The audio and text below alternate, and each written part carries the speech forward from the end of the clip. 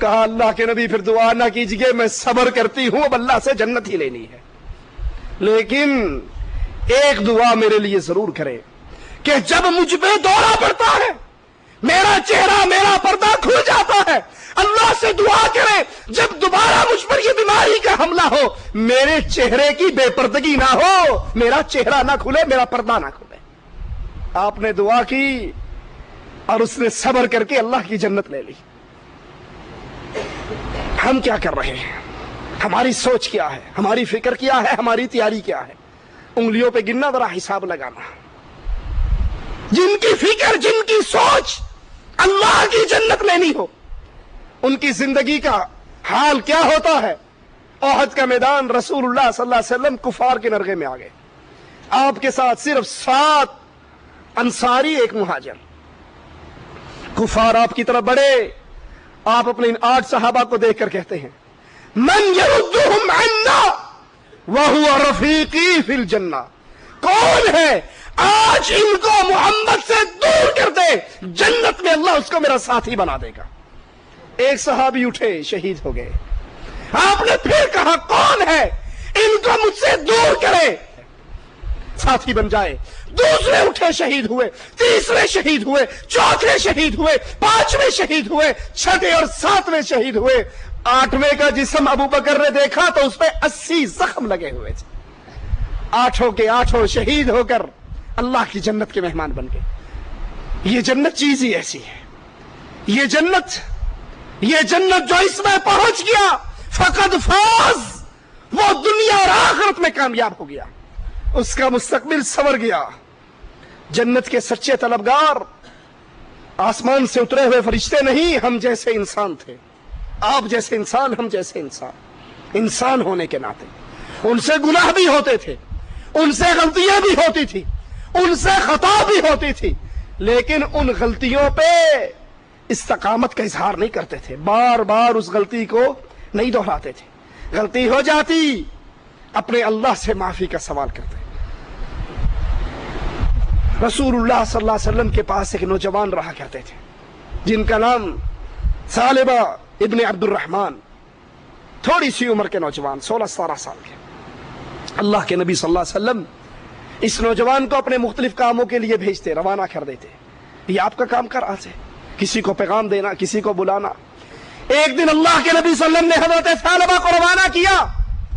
آپ ایک گلی میں سے گزر رہے، ایک گھر کا دروازہ کھلا ہوا، آپ کی نظر اس دروازے پر پڑی۔ دروازہ کھلا، اندر حمام کے اوپر پردہ لٹکا ہوا کوئی عورت اس کے پیچھے غسل کر رہی۔ جب انہوں نے نظر ڈالی، ہوا چلی، وہ پردہ ہلا، ان کی 1 یا 2 نظریں اس عورت کے جسم پہ پڑ گئی۔ فوراً کہنے لگے انا للہ و انا الیہ راجعون، استغفر اللہ، اللہ کے نبی تو مجھے اپنے کام کے لیے روانہ کرے اور میں مسلمانوں کے گھروں میں جھانکتا پھروں، اب یا تو میرے بارے میں اللہ کے نبی پر آیات اتر آئیں گی یا میرا شمار منافقوں میں ہو جائے گا۔ رونے لگے، اللہ سے معافی مانگنے لگے، مدینہ چھوڑ کے نکل گئے۔ رسول اللہ صلی اللہ علیہ وسلم نے صحابہ سے کہا ثعلبہ کو دیکھو کہاں ہے؟ صحابہ نے کہا آ جائے گا، کہیں گیا ہوگا، کسی کام گیا ہو۔ 1 دن گزر گیا، 2 دن گزر گئے، 3 دن گزر گئے۔ آپ نے صحابہ کو کہا جاؤ اس کو تلاش کرو۔ مدینہ سارا چھان مارا، ثعلبہ نہ ملے۔ اللہ کے نبی صلی اللہ علیہ وسلم نے حضرت عمر کو، حضرت خالد کو کہا جاؤ مدینے سے باہر تلاش کرو۔ اب یہ صحابہ مدینے سے باہر تلاش کر رہے۔ ایک پہاڑ کے دامن میں کچھ چرواہوں نے ان صحابہ کو دیکھا تو کہا کیا تلاش کرتے ہو؟ کہا ایک نوجوان ہے، اس صفت کا، اس طرح کا چہرہ، اس طرح کے کپڑے، وہ گما ہے، اس کو تلاش کر۔ کہا شاید تم اس رونے والے نوجوان کو تلاش کر رہے ہو۔ کہا واللہ ما ندری عن بکائے، ہم تو اس کے رونے کو نہیں جانتے۔ کہا اس پہاڑی کی چوٹی پہ ایک نوجوان ہے، 40 دن سے ہم نے سوائے اس کے رونے، استغفار اور معافی کے کچھ نہیں سنا۔ کہا اس تک کیسے جایا جا سکتا ہے؟ کہا عصر کے بعد وہ نیچے اترتا ہے، ہم اپنی بکریوں کا دودھ 1 پیالہ اس کو نکال کر دیتے ہیں، وہ پی کر پھر استغفر اللہ کرتا ہوا، اللہ سے معافی مانگتا ہوا، روتا ہوا اس پہاڑ پہ چڑھ جاتا۔ یہ صحابہ انتظار میں رک گئے۔ عصر کے بعد وہ حضرت ثعلبہ نیچے اترے، سوکھ کر کانٹا ہوئے، دودھ پی کے روتے ہوئے واپس جانے لگے تو ان صحابہ نے پکڑ لیا۔ کہنے لگے میری قوم کیا چاہتے ہو؟ کہا تجھے رسول اللہ صلی اللہ علیہ وسلم نے بلایا ہے۔ کہا میرے بارے میں کوئی آیت اتر آئی؟ کہا ہمیں نہیں پتا۔ کہا کیا میرا شمار منافقوں میں ہو گیا؟ ایک گناہ، ایک غلطی، لیکن اس غلطی پہ استقامت نہیں، سیفٹیوں کا پورا بنڈل خرید کے گھر میں نہیں رکھا کہ روز داڑھی شیو کرنی ہے، روز گناہ کرنے نہیں، یہ غلطی ہو گئی انسان ہونے کے ناطے۔ اب اس پہ معافی کیسے؟ اب اس پہ رونا کیسے؟ استغفار کیسے؟ کہا میرا شمار منافقوں میں ہوا؟ کہا واللہ ہمیں نہیں پتا۔ کہا ہے میری قوم میں بہت بڑا گناہ کر چکا ہوں، مجھے چھوڑ دو، میں اسی پہاڑی کی چوٹی پہ رو رو کے مرنا چاہتا۔ کہا نہیں اللہ کی قسم ہم نہیں چھوڑیں گے، رسول اللہ نے بلایا، جانا ہی پڑے گا۔ اپنے کندھوں پہ اٹھا لیا اور لا کے اس کے گھر میں رکھا۔ اللہ کے نبی کو اطلاع دی، اللہ کے نبی ثعلبہ اپنے گھر میں ہے۔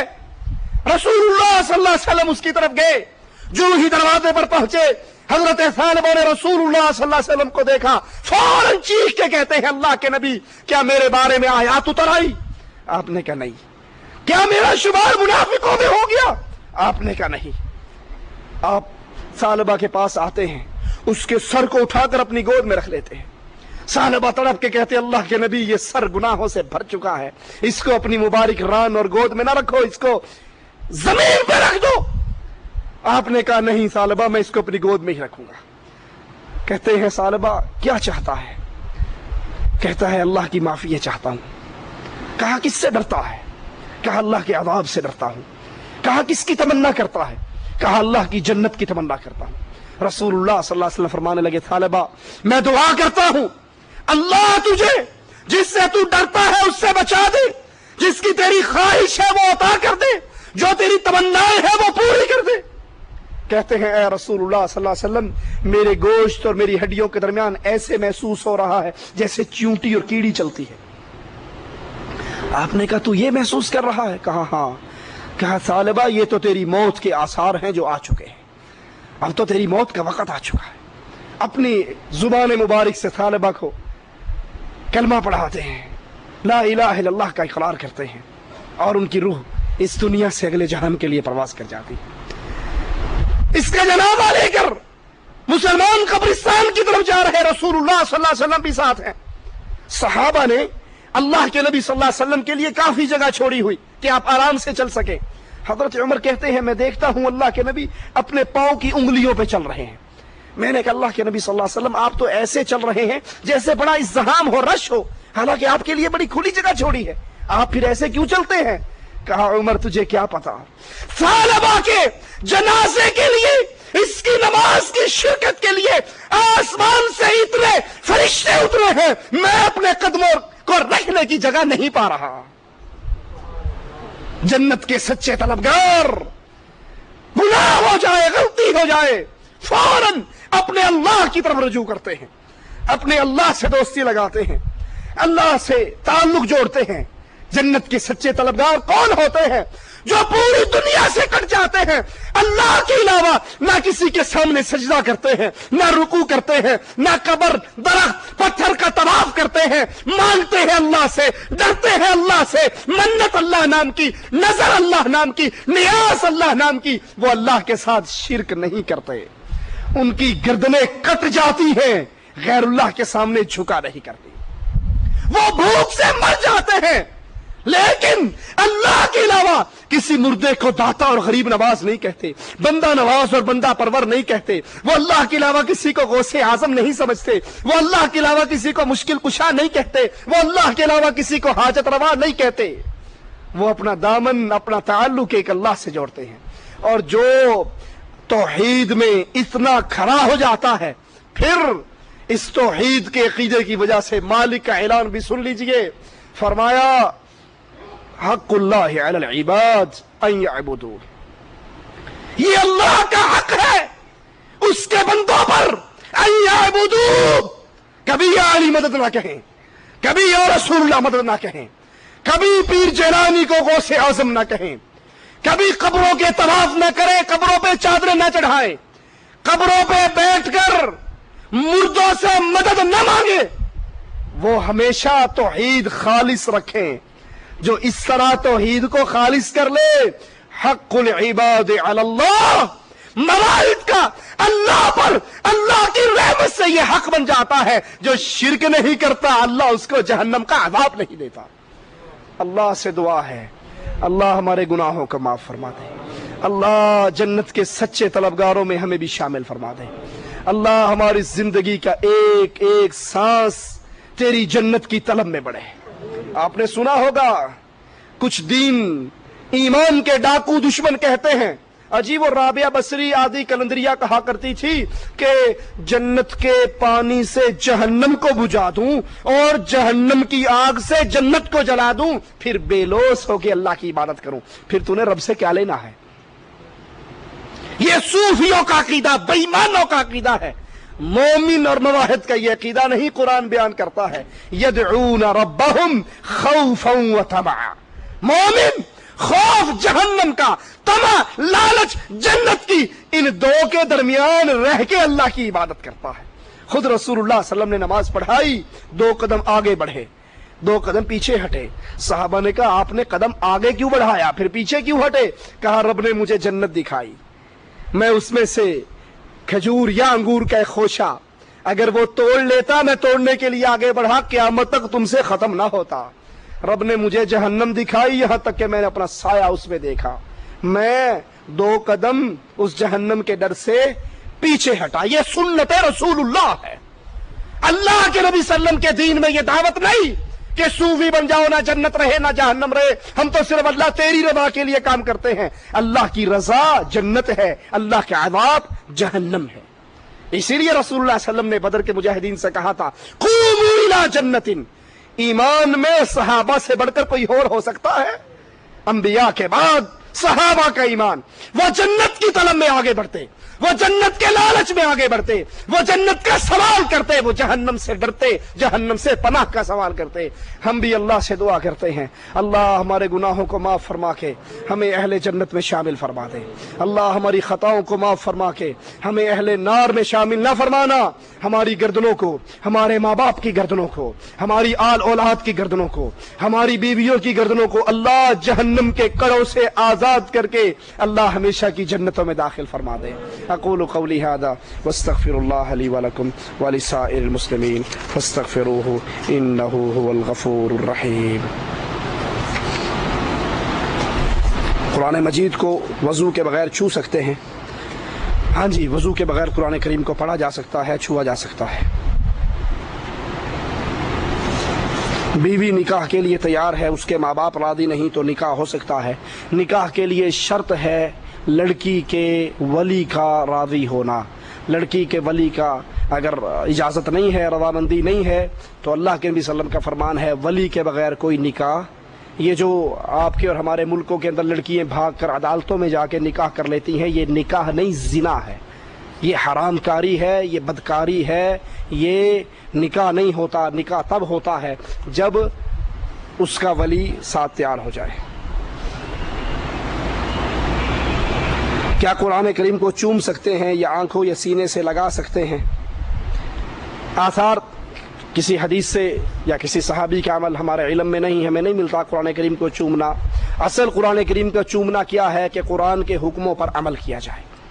ہماری حالت بڑی عجیب ہو چکی ہے، بالکل ویسے ہی اس بیٹے کی طرح ہم بن چکے ہیں جس کو باپ کہے بیٹا پانی پلاؤ، بیٹا کہ ابا آپ بڑے پیارے ہو، آپ بڑے اچھے ہو، آپ سے میں بڑی محبت کرتا ہوں، میں آپ کے ماتھے کو چومتا ہوں، لائے میں آپ کی ٹانگیں دبا دیتا ہوں، بیٹا پانی پلاؤ۔ نہیں ابا پانی نہیں پلاؤں گا، پانی نہیں پلاؤں گا، ٹانگیں دباؤں گا۔ قرآن کہتا ہے وما آتاکم الرسول فخذوا وما نہاکم عنہ فانتہوا، جو رسول دیتا ہے اس کو لے لو، جس سے رسول روکتا ہے اس سے رک جاؤ۔ اور رسول کیا دیتے ہیں؟ فرماتے ہیں وفر اللحا، داڑھیوں کو زیادہ کرو، داڑھیوں کو معاف کرو، داڑھیوں کو چھوڑ دو، ان کو لٹکا دو، ان کو ان کے حال پہ رہنے دو۔ صبح اٹھ کر داڑھی شیو کرتا ہے، پھر قرآن پکڑ کے چومتا ہے۔ قرآن کہتا ہے اس داڑھی کو معاف کر دے، کہا نہیں، اوکھی گل ہے۔ حکم نہ دو، چومیں گے، چاٹیں گے، غلاف میں لپیٹیں گے، ریشمی کپڑوں میں چھپائیں گے، لیکن عمل نہیں کریں گے، اس چوما چاٹی کا کوئی فائدہ نہیں۔ کیا قرآن کریم کی طرف پیٹ کر کے بیٹھ سکتے ہیں؟ قرآن کریم کی طرف پیٹ کرنے میں کوئی حرج نہیں ہے۔ یہ جاہلوں کی باتیں ہیں، قرآن کی طرف پیٹھ نہ ہو، بیت اللہ کی طرف پیٹھ نہ ہو. آپ نے دیکھا ہوگا بیت اللہ شریف میں عمرہ کرنے کے لیے آپ جائیں تو کئی لوگ بیت اللہ الٹے قدموں پیچھے ہٹتے ہیں، بے شک پیچھے کوئی نمازی بیٹھا اس کے اوپر سے کلامادی کھا کے پیچھے گرے ہوئے ہوں. یہ سب ڈرامہ ہے. یہ سب وہی باتیں ہیں کہ چومنا چاٹنا، ظاہری طور پہ عزت و احترام کرنا، حکم نہیں ماننا. کیا قرآن کریم کو زمین پہ رکھ سکتے ہیں؟ نہیں، قرآن پاک کو زمین پہ جہاں آپ چلتے ہیں وہاں نہیں رکھنا چاہیے. یہ اللہ کا کلام ہے، اس کو بلند جگہ پہ رکھنا چاہیے.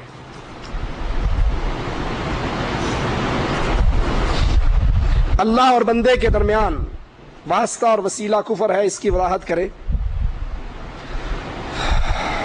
اگر کوئی بندہ یہ عقیدہ رکھے کہ اللہ عز و جل ہماری بات نہیں سنتا، اس کو سنانے کے لیے واسطے اور وسیلے ضروری ہیں، واسطوں کے بغیر ہماری بات، ہماری پہنچ اس دربار میں نہیں ہے، جس طرح دنیا کی مثال دیتے ہیں، تو یہ عقیدہ رکھنا تو واقعی کفر ہے. محمد بن عبد الوہاب رحمۃ اللہ علیہ نے اس کو نواقض اسلام میں بیان کیا ہے، اور یہی عقیدہ ہے کفار مکہ کا. وہ کہا کرتے تھے ما نعبدهم الا ليقربونا الى الله زلفى هؤلاء شفعاؤنا عند الله. یہ اللہ کے ہاں ہمارے سفارشی ہیں، ہماری سنتا نہیں، ان کی موڑتا نہیں. تو یہ عقیدہ قرآن و حدیث کے خلاف ہے.